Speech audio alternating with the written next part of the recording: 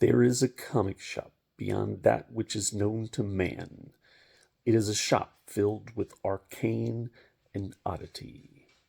A long box is in the corner, marred with layers of shadow and dust. It contains the comics between the pit of man's fears and the limits of his bank account. This is the dimension of stupidity.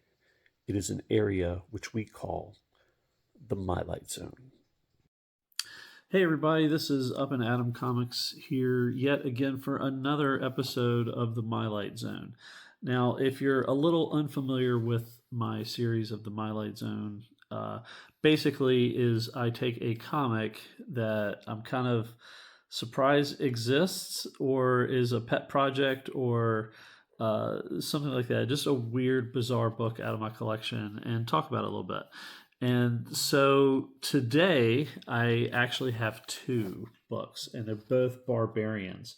So we have Chuk the Barbaric, The Adventures of Chuk the Barbaric, and Gonad the Barbarian. So what I thought I would do is, since they're both barbarians, is like, hey, let's cover them both in one episode. So let's start off with The Adventures of Chuk the Barbaric. So this is a book that was done by White Wolf Publishing, and it's from July of 1987. So this is number one. As I discovered, there are 3 issues of Chuk the Barbarian. One thing that's cool, this does have like a wraparound, or as Rich from Big Nasty likes to call it, a reach around cover. So it has some cool stuff, like a little ape coming out over the cliffs. It's also got the origin of Chuk, which we'll talk about there in a little bit. But this is done by M.A. Kennedy, is kind of the creator of this comic. I think he goes by Mike. And this is definitely like a pet project. So basically how everything starts off is there's this village of Tuscadero that's 20 miles north of the capital of Tandor.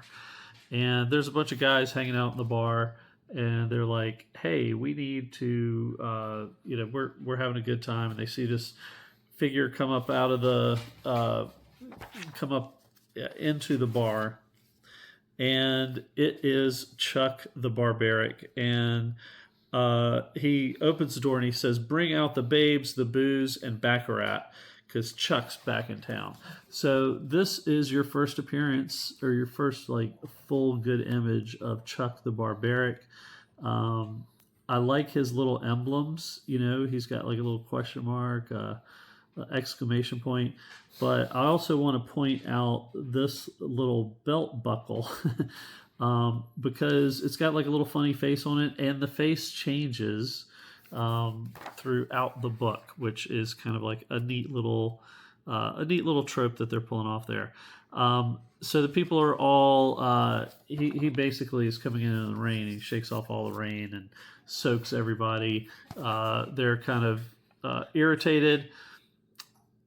He finds his friend that's named Flancy that is inside there, and Flancy tells him, like, he's like, oh, how's everything going? He's like, oh, everything's fine, except for, it's been a rough couple months. We have this crazy magician is named Mandus the magician, and he has a sidekick,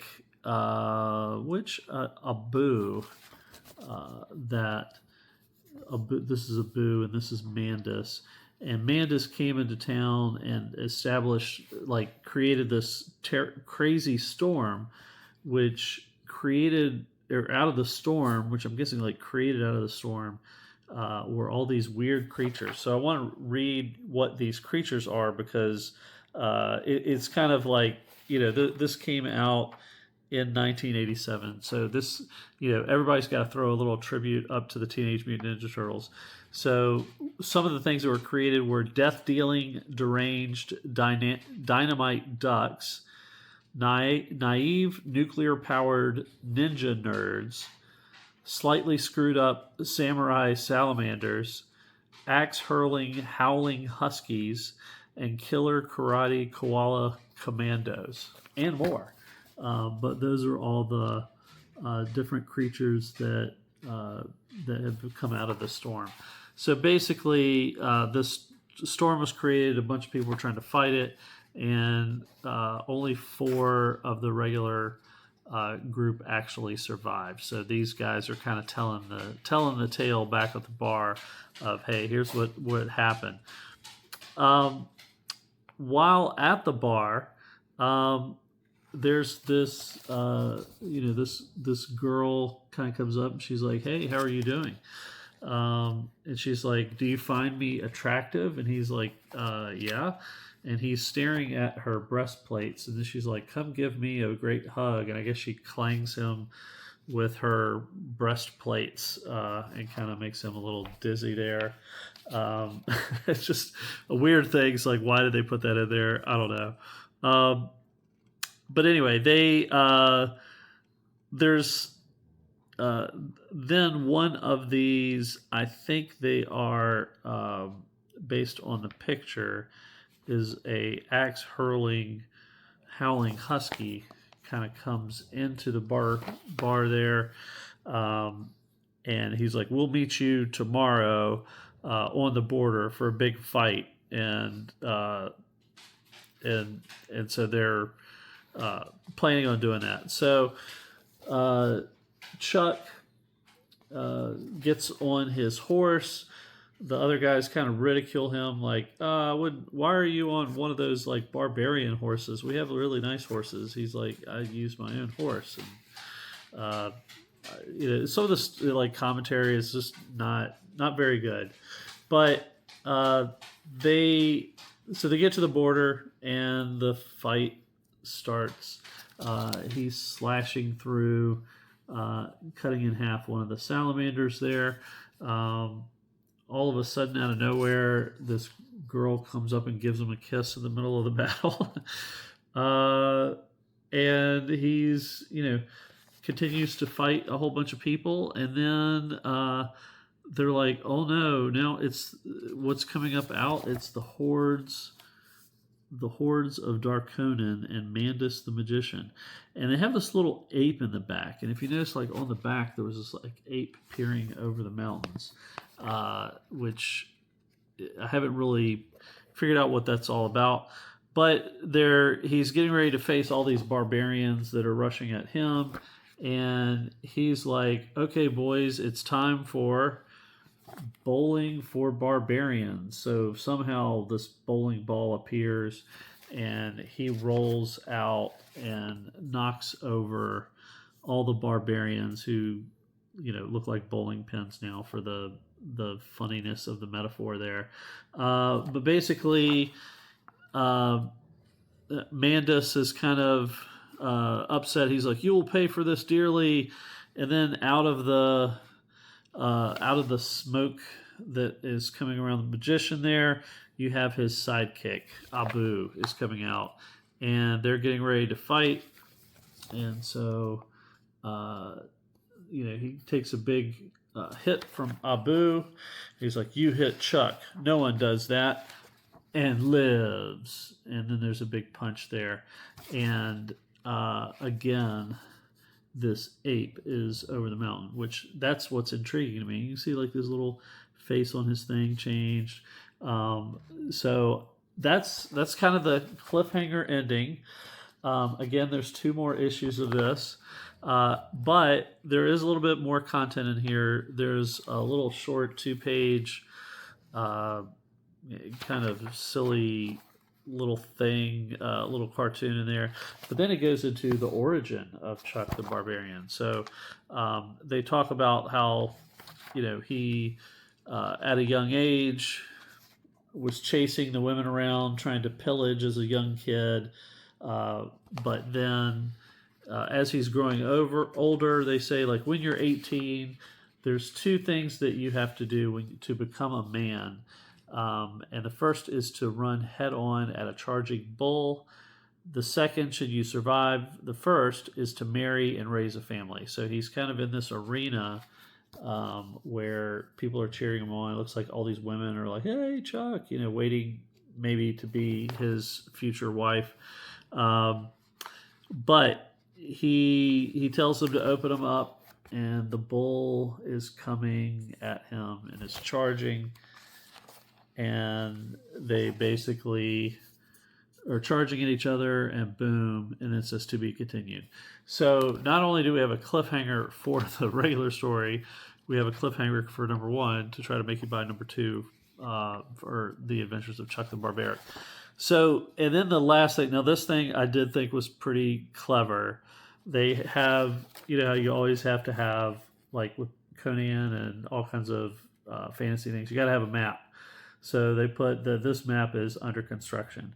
And I was like, oh, okay, that's pretty clever, because everybody loves a good map of the world in comics. Okay, so that was the Adventures of Chuck the Barbaric. Not the best, but again, passion project. Now let's move on to Gonad the Barbarian. And Gonad the Barbarian came out in 1986. This is from Eternity Comics. So this one is a little different. So again, comes out in 1986 and is a full color comic there. And so this tale, it kind of starts off where Gonad wants to he's kind of sitting there kind of bored in his town. He's like, I want some manly entertainment. So he decides to go to a bar. There's a little theme with these barbarian books, right? And there's this place called Is It Inn? And so he's going in there. He takes a peek inside, and I can't show this part, but there's like all these barbarians drinking a lot, groping women, and things like that. And he's like, oh, this looks like a good time. And he sees this woman across the bar that he's very excited to see, and her name is Areola. So Areola is at the bar.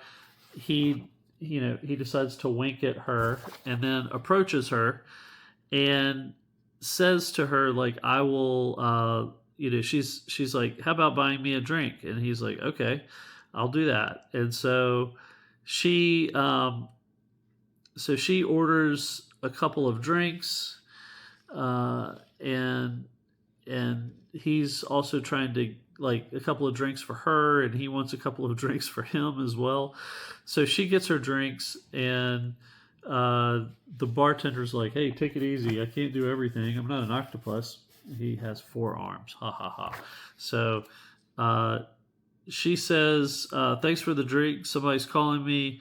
I'll be back in a few minutes. And so Gonad's just kind of sitting at the bar waiting, and he's like, okay, I'm just waiting a few minutes. Turns out to be like an hour. And he can't get the bartender to actually wait on him to give him drinks because he's a dude. And so he's like, I got to do something about this. So he takes somebody's blade, throws it into the cask, and fills up his mug so that he can actually have a drink. Now he goes over to Areola, and he's like, I'm not happy with what happened there. You just kind of left me there.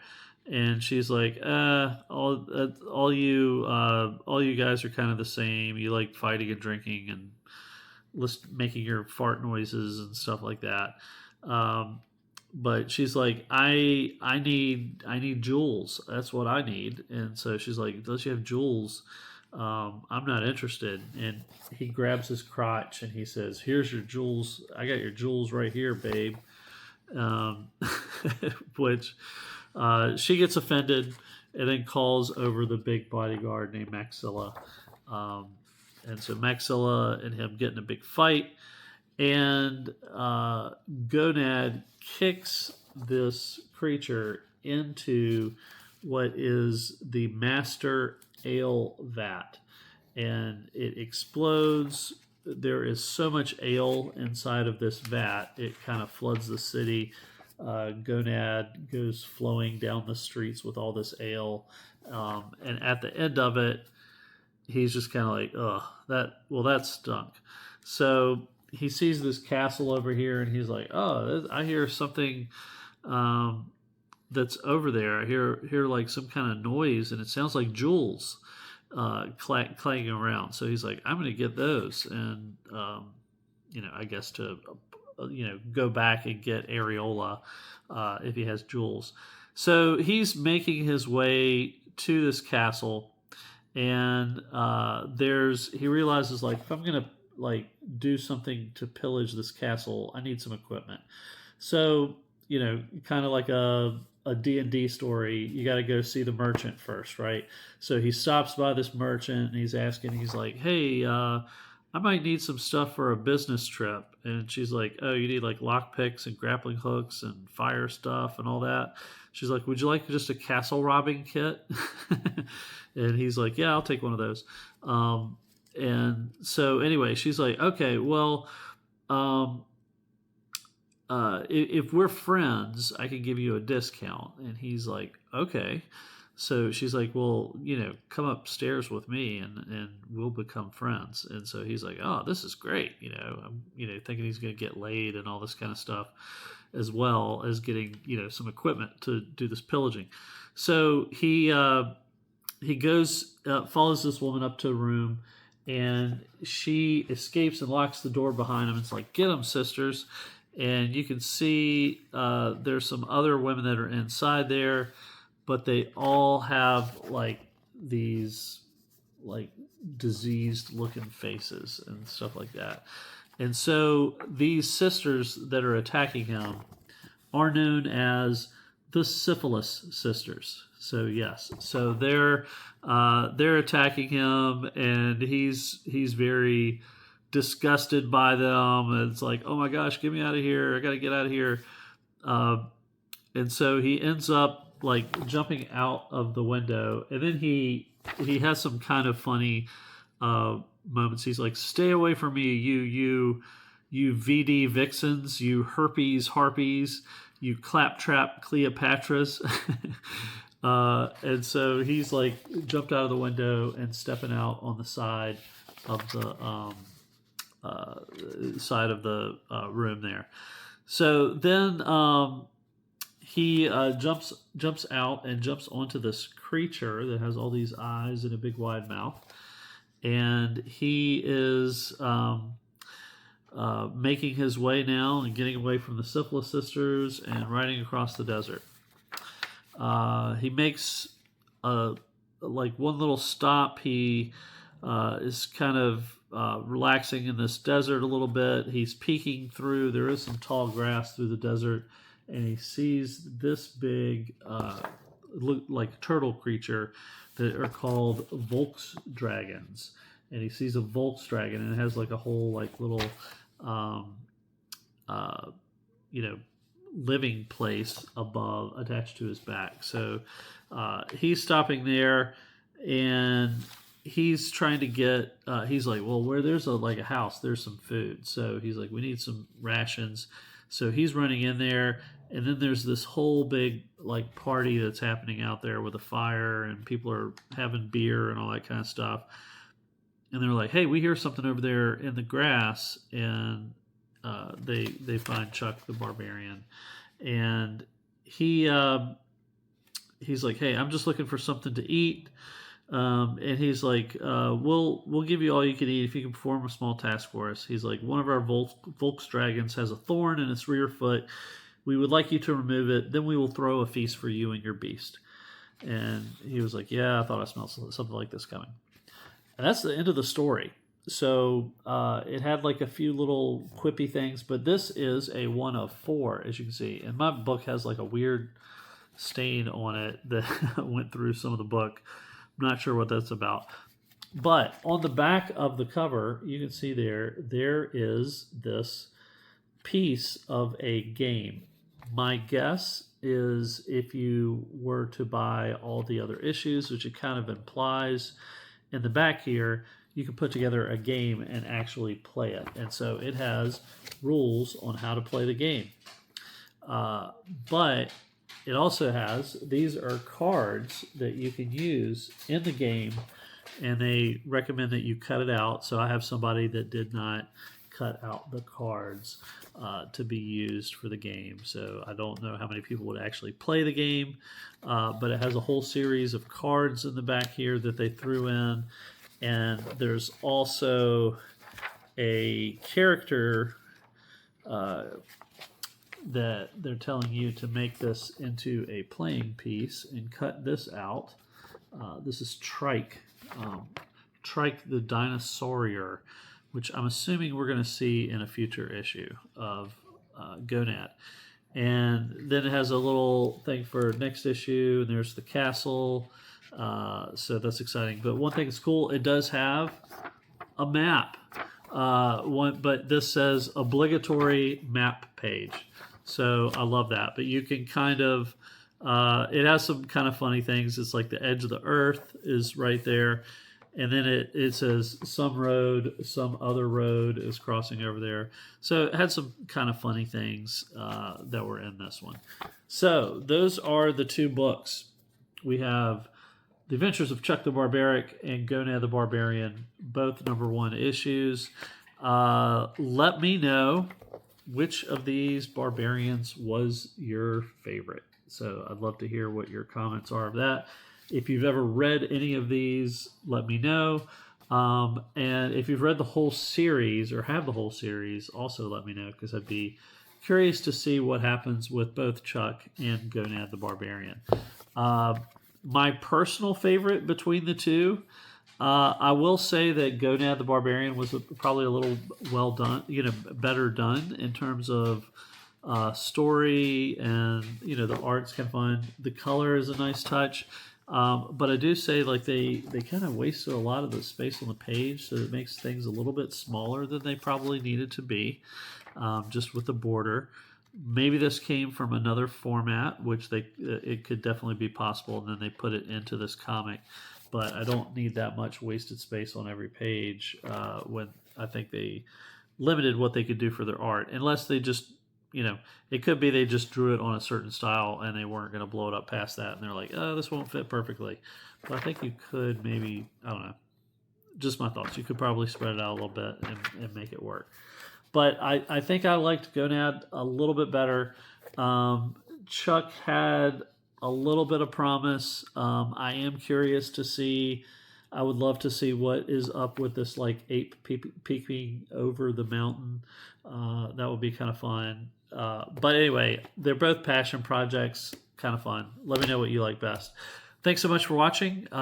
Take care, everybody. Hope everybody in your life is doing great. And I will check you on the next episode of the Mylite Zone. Take care, everybody. Bye-bye.